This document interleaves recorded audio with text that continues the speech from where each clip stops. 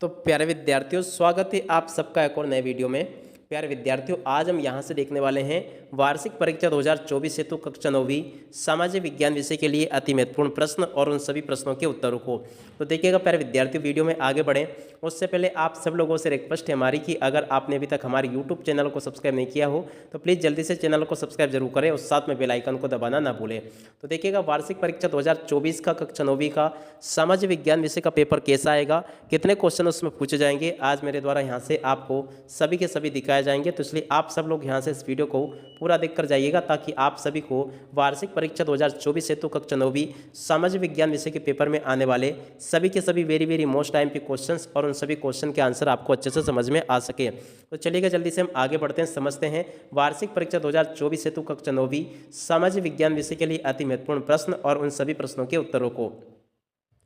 तो देखिएगा प्यारे विद्यार्थियों, यहाँ से हम सभी को देखते हैं कि आपका जो पेपर होगा उसमें कौन कौन से प्रश्न उत्तर आपको देखने को मिलेंगे। तो देखो, सबसे पहले आपका जो अध्याय 1 है ना, जिसका कि नाम क्या है, भारत आकार और स्थिति। इस पार्ट में से आपको एक तो यह वाला क्वेश्चन पढ़ लेना चाहिए, मानक समय से आप क्या समझते हैं, पूरा का पूरा यहाँ तक का आप लोग पढ़ लें इसको और पूरा याद कर लेंगे। उसके बाद में देखो अगला दूसरा क्वेश्चन देखते हैं। तो देखो यहाँ पर जो दूसरा क्वेश्चन दिया गया है, भारत की भौगोलिक स्थिति का महत्व समझाइए। तो इस वाले क्वेश्चन को भी आप लोग यहाँ से याद कर लें। और उसके बाद में आपका जो अध्याय 2 है, जिसका कि नाम क्या है, भारत का भौतिक स्वरूप। तो देखो भारत के भौतिक स्वरूप में से आपको क्या करना है, एक तो पहला वाला क्वेश्चन भारतीय मरुस्थल के बारे में आपको बताना है, इसको आप लोग याद कर लें। दूसरा लिखा है भारतीय भू आकृति विभागों के नाम आपको लिखने हैं। तो देखो यहाँ पर इनके नाम लिखे गए हैं, तो इस प्रकार से आप लोग इसको देख लें और पूरा याद कर लेंगे यहाँ तक का। उसके बाद में देखो अगला प्रश्न ये लिखा है, प्रवाल से आप क्या समझते हैं, प्रवाल के प्रकार लिखिए। तो देखो प्रवाल क्या होते हैं और इनके प्रकारों को आपको लिखना है पूरा का पूरा। तो यहाँ तक से आप लोग देख लें इनको और पूरा का पूरा समझ लेंगे। और एक ये वाला क्वेश्चन, बांगर एवं खादर से आप क्या समझते हैं। तो देखो बांगर किसे कहते हैं और खादर किसे कहते हैं, पूरा का पूरा यहाँ तक का आप लोग देख लें इसको और पूरा इसको याद भी कर लेंगे। उसके बाद में अगला प्रश्न देखते हैं क्या लिखा है। तो देखिएगा अगला क्वेश्चन लिखा है, भांवर और तराई प्रदेश का वर्णन कीजिए। तो देखो भांवर किसे कहते हैं और तराई प्रदेश किसे कहते हैं, यहाँ से आप सब लोग इसको देख लें और याद कर लेंगे।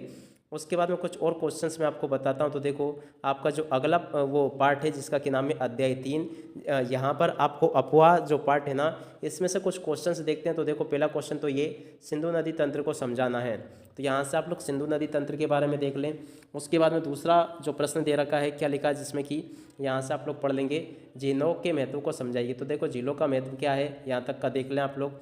उसके बाद में देखो यहाँ से आप लोग इनको भी पढ़ लेंगे, गंगा नदी तंत्र को समझाइए। तो देखो गंगा नदी तंत्र क्या है, यहाँ तक का आप लोग देखें इसको और पूरा याद कर लें। उसके बाद में नदी प्रदूषण को समझाइए। तो देखो नदी प्रदूषण के बारे में यहाँ से आप लोग याद कर लें पूरा। उसके बाद में देखो एक ये वाला क्वेश्चन, भांकड़ा नांगल परियोजना क्या है। तो देखिएगा भांकड़ा नांगल परियोजना क्या है, इसको पूरा का पूरा यहाँ तक का आप लोग देख लें और इसको अच्छे से याद भी कर लें। और एक ये वाला क्वेश्चन, नमामि गंगे परियोजना को समझाइए। तो देखो नमामि गंगे परियोजना क्या है, इसको आप लोग देख लेंगे और इसको अच्छे से याद भी कर ले पूरा। और उसके बाद में देखिएगा कुछ और क्वेश्चंस मैं आपको बताता हूँ। अध्याय 4 है, जिसका कि नाम, जिसमें आपको जलवायु वाला पार्ट है आपका। तो जलवायु वाले पार्ट में से आपको एक तो ये वाला क्वेश्चन, तमिलनाडु में शीत ऋतु में वर्षा क्यों होती है। तो इसको यहाँ तक का पूरा आप लोग देख लें, इसको याद कर लें। उसके बाद में देखो अगला प्रश्न ये, जेट स्ट्रीम क्या है। तो इसको भी आप लोग पढ़ लें। और उसके बाद में देखो अगला प्रश्न ये लिखा है, एल नीनो क्या है, एल नीनो से आप क्या समझते हैं। तो देखो एल नीनो से आप क्या समझते हैं, यहाँ तक का देख लें आप लोग और इसको याद कर लेंगे। उसके बाद में देखो भारतीय मानसून को एकता का परिचायक क्यों कहा जाता है। तो यहाँ तक का आप लोग देख लें इसको और याद कर लेंगे। उसके बाद में कुछ और क्वेश्चंस मैं आपको बताता हूँ इसी पार्ट के। तो देखो यहाँ पर आप सब लोग इस क्वेश्चंस को पढ़ लेंगे, मानसून से आप क्या समझते हैं। ये बिल्कुल आपके पेपर में आपसे परीक्षा में पूछा जाएगा। तो यहाँ से आप सभी लोग प्यारे विद्यार्थी इस क्वेश्चंस को देख लें और पूरा इसको याद भी कर लेंगे। उसके बाद में हम आपके अध्याय 5 की बात करते हैं, जिसका कि नाम है प्राकृतिक वनस्पति तथा वन्य प्राणी।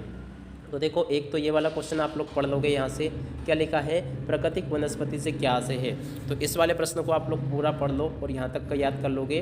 उसके बाद में देखो अगला प्रश्न लिखा है, वनों का महत्व लिखिए। तो देखो वनों का क्या महत्व होता है, यहाँ तक का आप सब लोग देख लें इसको और याद कर लेंगे। उसके बाद में अगला प्रश्न लिखा है, भारत के औषधि पौधे कौन कौन से हैं, किन्हीं 4 की उपयोगिता का वर्णन कीजिए। तो यहाँ से भी आप लोग इसको देख ले पूरा और याद कर लेंगे इसको। उसके बाद में कुछ और क्वेश्चंस देखते हैं। तो देखो प्यारे विद्यार्थियों, अगला प्रश्न ये लिखा है, मैंग्रोव वन पर संक्षिप्त टिप्पणी लिखी है। तो देखो मैंग्रोव वनों पर संक्षिप्त टिप्पणी यहाँ से आप लोग देख लें। उसके बाद में देखो अगला प्रश्न, सदाबहार वन एवं पतझड़ वन में अंतर आपको बताने। तो देखो यहाँ से आप लोग सदाबहार वन और पतझड़ वनों में अंतर लिख लेंगे, ये भी आपके पेपर में आपसे पूछा जाएगा। उसके बाद में हम आगे बढ़ते हैं, कुछ और क्वेश्चंस को देखते हैं। तो देखिएगा प्यारे विद्यार्थियों, यहाँ पर जो जो क्वेश्चंस मैं आपको बता रहा हूँ ना, इनको आप लोग अच्छे से जरूर पढ़ जाओ ताकि आप सब लोगों को ये अच्छे से समझ में आ सके। इसके बाद में प्यारे विद्यार्थियों, आपका अगला अध्याय जिसका कि नाम है जनसंख्या। अब इसमें से आपको क्या करना है, यहाँ से जो जो क्वेश्चंस आपको मैं बता रहा हूँ इनको आप लोग अच्छे से याद जरूर कर लें, क्योंकि ये बिल्कुल आपके पेपर में आपसे परीक्षाओं में पूछे जाएंगे। देखो यहाँ से आप लोग इस वाले क्वेश्चन को पढ़ लें, सबसे अधिक महिला साक्षरता दर कौन से राज्य में है और क्यों। तो इतना आप लोग अच्छे से पढ़ लेंगे, इसको और याद भी कर लेंगे। और उसके बाद में देखो अगला क्वेश्चन ये लिखा है, देख सकते हो जो जो क्वेश्चंस मैं आपको बता रहा हूँ इनको आप लोग अच्छे से याद करते चलें। तो देखो यहाँ पर आप लोग इस वाले क्वेश्चन को आयु संरचना जन्म दर एवं मृत्यु दर को परिभाषित करें। तो यहाँ से आप लोग इसको इतना देख लें यहाँ तक का, और पूरा इसको याद भी कर लेंगे। उसके बाद में कुछ और क्वेश्चंस बताता हूँ मैं आपको। तो देखो यहाँ पर जो जो क्वेश्चंस मेरे द्वारा बताए जा रहे हैं आप लोग इसको अच्छे से याद कर लें। तो देखो एक ये वाला क्वेश्चन, प्रवास जनसंख्या परिवर्तन का एक कारक है, समझाइए। तो देखो प्रवास जनसंख्या परिवर्तन का एक कारक है, आपको समझाना है। तो यहाँ से आप लोग देख लें इसको और याद कर लेंगे। और उसके बाद में देखो आपका जो अध्याय 1 है, फ्रांसीसी क्रांति, भारत और समकालीन विश्व का इतिहास का, इसमें से आप क्वेश्चन से देखते हैं कि कौन कौन से क्वेश्चन यहाँ से आपसे पूछे जाएंगे। तो देखिएगा, एक तो ये वाला गिलोटिन क्या था। तो देखो मृत्युदंड देने के लिए बना यंत्र था एक, इस प्रकार से आप लोग देख लेंगे। उसके बाद में देखो और कुछ क्वेश्चंस बताता हूँ मैं आपको, जो कि आपके पेपर में आपसे परीक्षा में पूछे जाएंगे।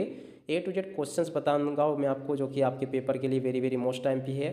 तो देखो एक ये वाला क्वेश्चन, मॉन्टेस्क्यू के विषय में आप क्या जानते हैं। तो ये लिखा है, डायरेक्टरी शासित फ्रांस क्या है। तो देखो इसका उत्तर ये लिखा है। इस प्रकार से आप लोग देख लोगे और इनको पूरा का पूरा याद कर लें। उसके बाद में देखो आपका जो अध्याय 2 है जिसका कि नाम है यूरोप में समाजवाद एवं रूसी क्रांति। तो देखो यूरोप में समाजवाद और रूसी क्रांति, इस पार्ट में से आपको कौन कौन से क्वेश्चंस पढ़ने हैं चलिएगा मैं आपको बता देता हूं। तो देखो यहाँ से आपको एक तो ये वाला क्वेश्चन, देखो ड्यूमा पर टिप्पणी लिखिए। तो देखो ड्यूमा पर आपको टिप्पणी लिखनी है। कार्ल मार्क्स का पूंजीवाद पर क्या विचार था। तो देखो इसको यहाँ से आप लोग याद कर लेंगे। उसके बाद में देखो कुछ और क्वेश्चंस मैं आपको बताता हूँ। तो देखो द्वितीय इंटरनेशनल क्या था। तो देखो इसको भी आप लोग देख लो यहाँ तक का। और लेबर पार्टी का गठन कब और कहाँ हुआ, तो इसको भी आप लोग याद कर लेंगे यहाँ तक का। उसके बाद में कुछ और क्वेश्चंस बताता हूँ मैं आपको। तो देखो ये वाला क्वेश्चन, कुलक शब्द को परिभाषित करें। तो देखो कुलक शब्द क्या है, स्टालिन का सामूहिक कार्यक्रम को समझाइए, इसको भी आप लोग देख लें। और उसके बाद में देखो एक ये वाला क्वेश्चन, खूनी रविवार की घटना क्या थी। तो देखो खूनी रविवार की घटना क्या थी, इसको आप सब लोग देख लेंगे और अच्छे से इसको याद कर लें। ये बिल्कुल आपके पेपर में आपको देखने को मिल सकता है। और उसके बाद में देखो अगला प्रश्न ये देख सकते हो क्या लिखा है, 1917 में जार का शासन क्यों खत्म हुआ। तो देखो इसके कारण 2 थे। रूस में जार का शासन क्यों खत्म हुआ, 2 कारण। तो यहाँ से आप लोग इसको भी देख लें पूरा। इसके बाद में देखो अगला प्रश्न ये लिखा है, रूसी क्रांति से प्रेरित होने वाले भारतीयों के बारे में लिखिए। तो देखो रूसी क्रांति से प्रेरित होने वाले भारतीय के बारे में क्या क्या लिखा है, यहाँ से आप सब लोग इसको देख लें और पूरा इसको समझ भी लेंगे। उसके बाद में देखो अगला प्रश्न ये लिखा है, देख सकते हो, बोल्शेविकों द्वारा अक्टूबर क्रांति के फौरन बाद किए गए 2 परिवर्तन लिखिए। तो इसको भी आप लोग पूरा देख लो यहाँ तक का। उसके बाद में देखो आपका जो अध्याय 3 है जिसका कि नाम है नाथसीवाद और हिटलर का उदय। तो देखो नाथसीवाद और हिटलर का उदय कैसे हुआ और इसके बारे में आपको क्या क्या समझना है, चलिएगा अब आगे बढ़ते हैं और इनको याद करते हैं। तो देखिएगा यहाँ से आप सब लोग इसको देख लें और इनको याद भी कर लेंगे। देखिएगा प्यारे विद्यार्थियों, यहाँ से आप सब लोग इसको पढ़ लें और पूरा का पूरा इसको याद कर लेंगे। तो देखिएगा यहाँ पर कुछ क्वेश्चंस दिए गए हैं जिनके उत्तर हम यहाँ से देखने वाले हैं। तो देखो पहला क्वेश्चन तो लिखा, नाथसी शब्द की उत्पत्ति कैसे हुई। तो देखो इसका उत्तर ये लिखा है। और उसके बाद में कॉन्सेंट्रेशन कैंप क्या थे। तो देखो इसका उत्तर ये लिखा है। प्रोपोगेंडा का क्या अर्थ है। तो देखो इसका उत्तर ये लिखा है। जर्म और डॉव्स योजना क्या है। तो देखो इसका उत्तर पूरा का पूरा ये यहाँ पर आपको दिया गया है। उसके बाद में कुछ और क्वेश्चंस बताता हूँ मैं आपको। तो देखो एक ही वाला क्वेश्चन, नाजीवादी विचारधारा क्या थी। तो इसको पूरा का पूरा यहाँ तक का याद कर लें। अगला क्वेश्चन ये लिखा है, नाज़ी सोच के खास पहलू क्या थे। और उसके बाद में देखो अगला प्रश्न ये, वाइमर गणराज्य के सामने क्या समस्याएं थी। तो देखो वाइमर गणराज्य के सामने क्या क्या समस्याएं थी, यहाँ से आप लोग याद कर लेंगे इसको। उसके बाद में देखो कुछ और क्वेश्चंस मैं आपको बताता हूँ जो कि आपके पेपर के लिए वेरी वेरी मोस्ट टाइम के क्वेश्चंस हैं। तो देखो अध्याय 4 जिसमें कि आपका वन एवं वन्य समाज है। देखो इसमें से आपको कौन कौन से क्वेश्चंस पढ़ने होंगे यहाँ से देखते हैं। तो देखो यहाँ से सबसे पहले आप लोग इन क्वेश्चंस को पढ़ लेंगे। जैसे कि ये वाला क्वेश्चन, इजारेदारी क्या है। तो देखो इसको याद कर ले पूरा। वन ग्राम किसे कहते हैं, इसको आप लोग पढ़ लेंगे यहाँ तक का। वन उत्पाद किसे कहते हैं, इसको भी याद कर लें यहाँ तक का। उसके बाद में देखो अगला प्रश्न ये लिखा, देख सकते हो क्या लिखा गया है यहाँ पर, युद्ध से जंगल क्यों प्रभावित होते हैं। तो देखो युद्ध से जंगल कैसे प्रभावित होते हैं यहाँ तक का देख लें। वैज्ञानिक वानिकी किसे कहते हैं, तो इसको भी आप लोग यहाँ तक का याद कर ले पूरा। उसके बाद में देखो कुछ और क्वेश्चन, वनों से होने वाले प्रत्यक्ष लाभ। तो देखो यहाँ से आप लोग देख लें, महुआ के पेड़ से गिरने वाले फूल और फल के उपयोग लिखिए। तो देखो महुआ के पेड़ में जंगल में पाए जाते हैं, इसके फूल खाए जाते हैं और इनसे शराब बनाई जाती है, इनके बीजों से तेल निकाला जाता है। इस प्रकार से आप लोग देख लें इसको। उसके बाद में देखो एक ये वाला क्वेश्चन, झूम खेती पर टिप्पणी आपको लिखनी है। उसके बाद में कुछ और क्वेश्चंस बताता हूँ मैं आपको। अध्याय 5 है जिसका कि आधुनिक विश्व के चरवाहे। तो देखो इसमें से आपको क्या क्या करना है, इसमें से आपको इन क्वेश्चंस को याद करना है। जैसे कि ये वाला क्वेश्चन देखो, भाबर किसे कहते हैं, और देखो इसका उत्तर क्या होगा, गढ़वाल और कुमाऊं के इलाके में पहाड़ियों के निचले आसपास पाए जाने वाला शुष्क जंगल को भाबर कहते हैं। गद्दी किसे कहते हैं, गद्दी समुदाय को सामाजिक जीवन, ये चरवाही मुक्ता हिमाचल प्रदेश में रहते थे या जाड़े में शिवालिक के निचले इलाकों में रहते थे और फिर अप्रैल में लाहौल और स्पीति की तरफ चले जाते थे। और बंजारा समुदाय के कहाँ रहता है, तो देखो ये भी आपको बताना है, पूरा का पूरा इसको याद कर लें। और उसके बाद में कुछ और क्वेश्चंस, तो देखो ये वाला क्वेश्चन, रबी और खरीफ की फसलों में आपको अंतर बताना है, तो इसको भी आप लोग याद कर लेंगे। उसके बाद में कुछ और क्वेश्चंस मैं आपको बताता हूँ। तो देखो यहाँ से आप सब लोग इनको अच्छे से याद करते चलें। A to Z क्वेश्चंस आपके पेपर में आपको इस प्रकार से देखने को मिलेंगे। आप देखते हैं आपकी लोकतांत्रिक राजनीति वाली पुस्तक में से। तो देखो लोकतांत्रिक राजनीति वाली जो पुस्तक है ना, इसमें से आप एक तो ये वाला क्वेश्चन, लोकतंत्र में नागरिकों के विचार की अभिव्यक्ति की स्वतंत्रता होती है, लिखिए। उसके बाद में देखो एक ये वाला क्वेश्चन, लोकतंत्र की विशेषता आपको बतानी है। उसके बाद में देखो एक ये वाला क्वेश्चन, लोकतंत्र ही क्यों होना चाहिए, लिखिए। उसके बाद में कुछ और क्वेश्चंस देखते हैं। तो देखिएगा यहाँ पर संविधान का निर्माण वाला जो पार्ट है ना आपका, इसमें से कुछ क्वेश्चंस और उनके आंसर को देखते हैं। तो देखो एक ये वाला क्वेश्चन, दक्षिण अफ्रीका में रंग भेद पर टिप्पणी लिखिए। तो देखो ये लिखा गया है। संविधान संशोधन क्या है, तो देखो इसका उत्तर ये लिखा है। उसके बाद में कुछ और क्वेश्चंस देखते हैं। तो देखो ये वाला क्वेश्चन, संविधान की आवश्यकता क्यों होती है, लिखिए। तो यहाँ से आप लोग लिख लें इसको पूरा। उसके बाद में कुछ और क्वेश्चंस बताता हूँ मैं आपको, जो कि आपके पेपर में पूछे जाएंगे। देखो आपका जो अगला पार्ट है ना, चुनाव राजनीति, इसमें से एक ये वाला क्वेश्चन, आम चुनाव क्या है, इसको देख लें। उपचुनाव किसे कहते हैं, इसको पढ़ लें। लोकतंत्र में चुनाव की जरूरी शर्तें व नियम लिखिए। तो यहाँ से आप लोग इसको भी देख लें। और उसके बाद में कुछ और क्वेश्चंस देखते हैं। तो देखो मतदान की योग्यता क्या है, लिखिए, मतदान की योग्यता। और उसके बाद में लोकतांत्रिक चुनाव के लिए क्या ज़रूरी है, तो इस वाले प्रश्न को भी पढ़ लें आप लोग। उसके बाद में देखो अगला प्रश्न ये लिखा है, भारतीय चुनाव आयोग के सामने समस्याओं को लिखिए। तो इसको आप लोग देख लें यहाँ तक का। और उसके बाद में अगला क्वेश्चन यहाँ पर से लिख लें, क्या लिखा है, आचार संहिता क्या समझा कर लिखिए। तो देखो आचार संहिता क्या है, यहाँ तक का आप लोग देख लेंगे इसको। उसके बाद में देखो अगला क्वेश्चन ये लिखा है, भारत में चुनाव लोकतांत्रिक तरीके से होते हैं, समझा कर लिखिए। तो यहाँ तक का आप लोग देख लें इसको और पूरा का पूरा याद भी कर लेंगे।